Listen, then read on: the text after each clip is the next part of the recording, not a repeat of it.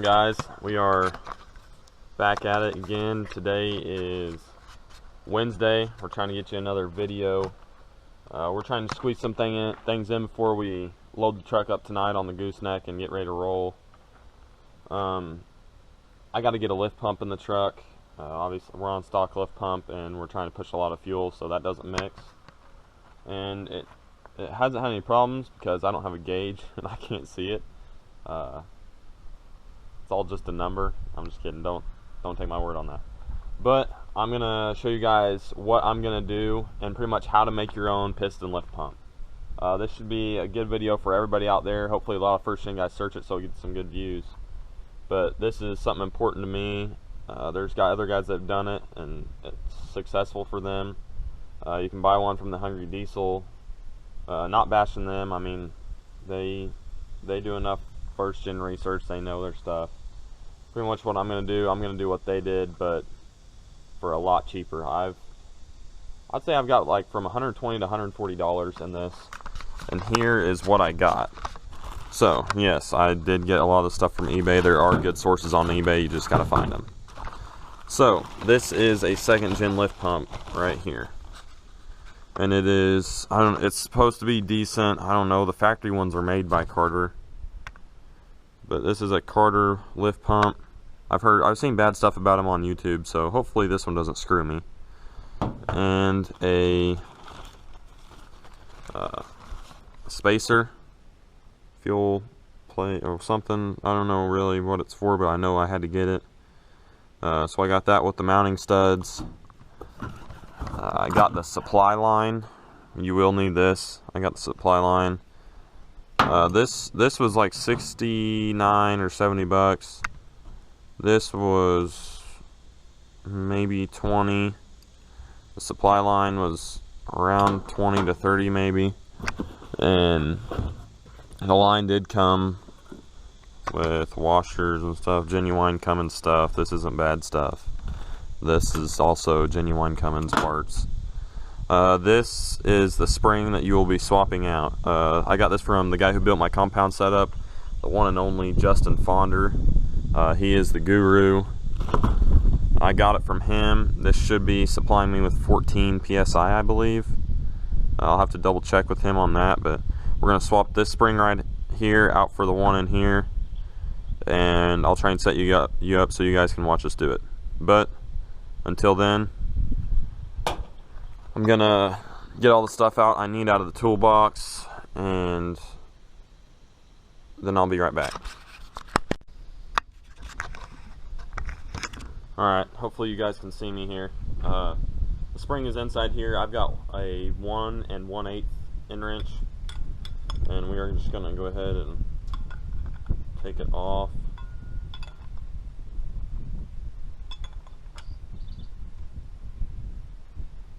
Hopefully the spring doesn't fly out. Alright, set the wrench over here.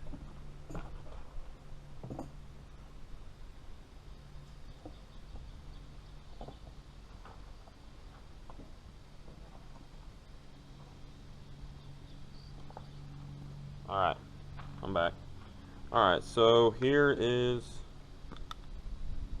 well, this came out with it, and it's not supposed to. So, this is a check valve. We're gonna put that back down in there. Maybe.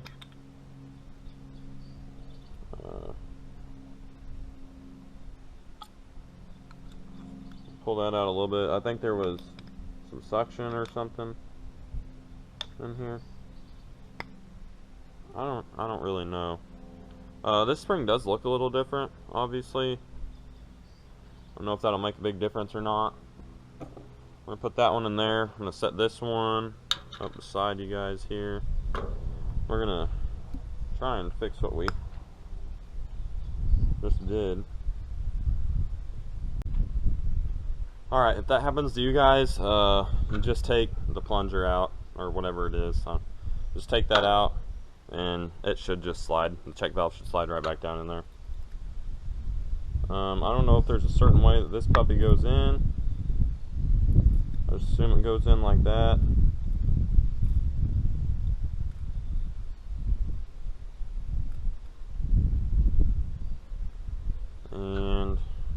lever goes back on.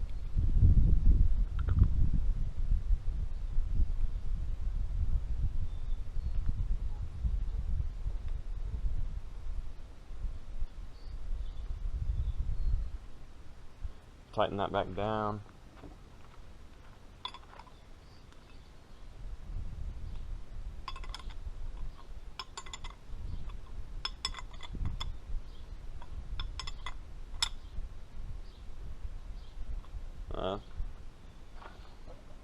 All you torque spec freaks, I don't know what the spec is on that. I just assume tight.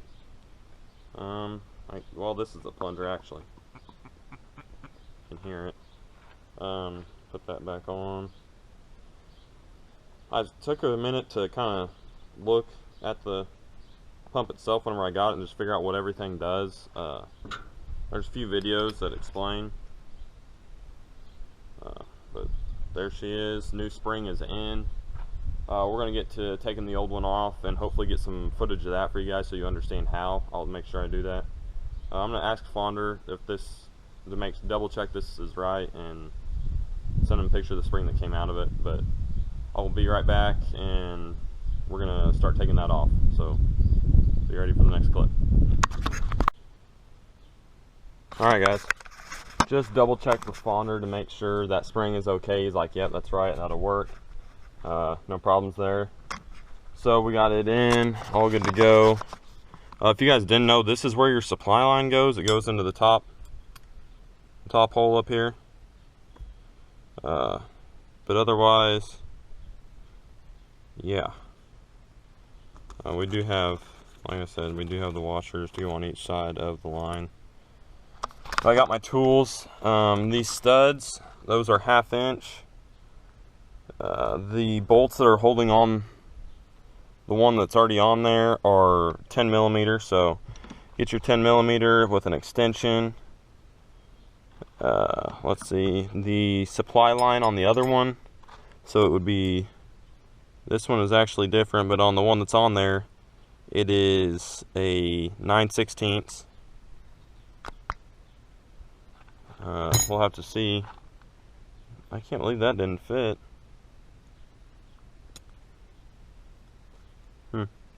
Symmetric. Alright, so just straighten all that out and then we'll turn it back on whenever we start getting in there and taking stuff off. Alright guys, so I did get the top bolt out for the fuel supply line, which, look close. Try and get you a better view. Put this thing up in there. So, I don't know if you guys can see that. Right there, that's where the bolt comes out. It was this. And I will reuse this for the other line, but that's the first one I took out. I'm not sure if the order matters on these. If it does, I'm probably not doing it right because I haven't watched any videos on how to do it. I'm just, I guess, doing it. But there's an old washer. The other one is still in there. So we won't need that, but we will, as far as I know, need this. We're going to double check the fitment on here. Yep, fits like a glove. That would suck because banjo bolts, I mean, aren't easy to come by. So I'm going to set that down and probably we're going to do the bottom supply line, which is a 9/16. This one, a little bit harder to see, a little bit more up in here. Trying to get a good, you guys can see that right there. That's the little bolt I gotta take off.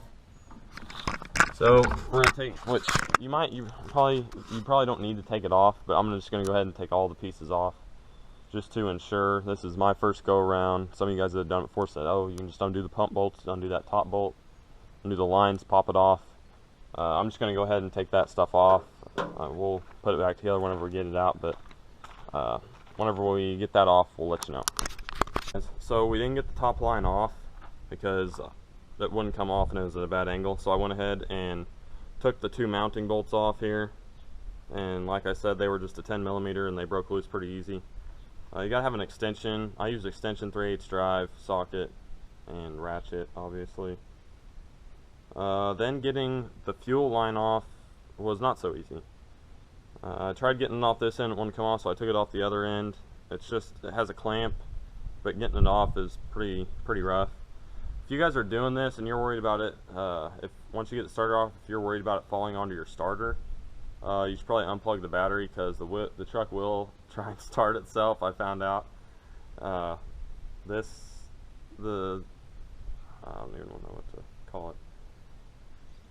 The pump fell down after I unplugged it once everything broke loose, and hit the starter, and it spun a few times.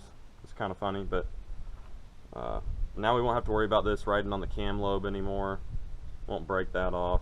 So we're gonna get everything else. You should probably put some kind of, I don't know, RTV or some kind of gasket maker in between this and the block whenever you put the other one on, because I could tell there is some blue stuff that was between this, so I'm assuming some kind of RTV of some sort. But we're gonna set this off to the side and start putting the new one on, and we'll video it so you guys can see the process. Well, we had to take the Yoda for a trip to town. My supply line is not factory, but it is quarter MPT, and the new one right here is half MPT, so I had to get an adapter for that. Just any normal parts store will have it, but just gonna put that in there just for you guys that have the same. I don't know if this is something that lots of people did, but yours might be different, so just beware of that. Alright guys, we are back here. I haven't taken a whole lot of video, but pretty much the pump is mounted up and ready to tighten down the bolts. Just secure it to the block. All you gotta do, you put the gasket in, then put a stud in, or both studs in, and then put the spacer, and then there's another gasket that goes between that. So I got those all on. The fitment is a little odd. The holes seem, they go on, but you kind of got to give it a little convincing to go on. I also don't like how close it is to the positive side of going to the starter here. That's really bothering me right now, but I guess we'll see what happens. But I'm going to tighten this up, and I'm going to have to prime the crap out of this thing so I don't have to bleed injectors. So I'll get back to you guys here in a few. Alright guys, we just got the bolts that tightened down that put the studs into the block, and I was saying how I didn't like how it righted up against this cable to the starter, and actually I forgot that this is like a tapered kind of deal, so the more I tightened it up, the more it moved it away, and we got a pretty good gap in between there now. So I'm pretty happy with that. I'm gonna put the fuel line that connects right here that supplies the fuel. I'm gonna put that on, and then I'm gonna start priming the crap out of this thing, and then we will connect our top lines just to make sure we're getting fuel through it, and so we don't, like I said, so we don't have to do the injectors or crack lines on the injectors, because that's just a pain. So we are gonna connect the fuel lines real quick, and we'll be right back. Nothing can just go smoothly whenever you're doing a project like this. I've got everything ready to roll except the supply line. So here's my problem. It's barely it's not going in. I'm gonna have to try and bend the line a little bit. I already have it screwed in a little bit at the bottom, and I tried it vice versa. I tried putting this in first and then doing the bottom, and that was even worse. So I'm gonna try and bend this a little bit without breaking it, and hopefully it'll go in, but it's being a huge pain right now, so I'll let you know what I have to do to get it to fit.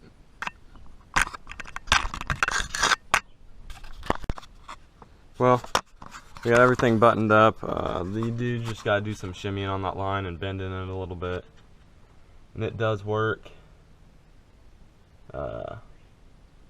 I guess we're gonna try and fire it up. I think I got both lines as tight as I can get them.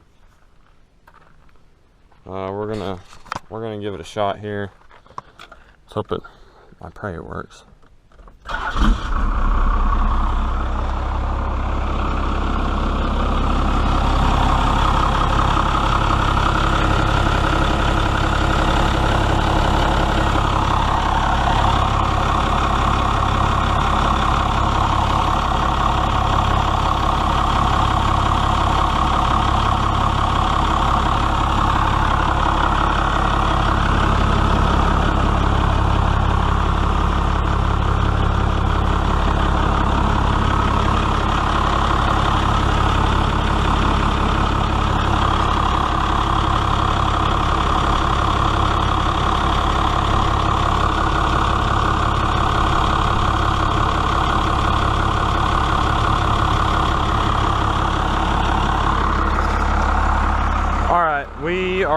gonna let her run for a little bit.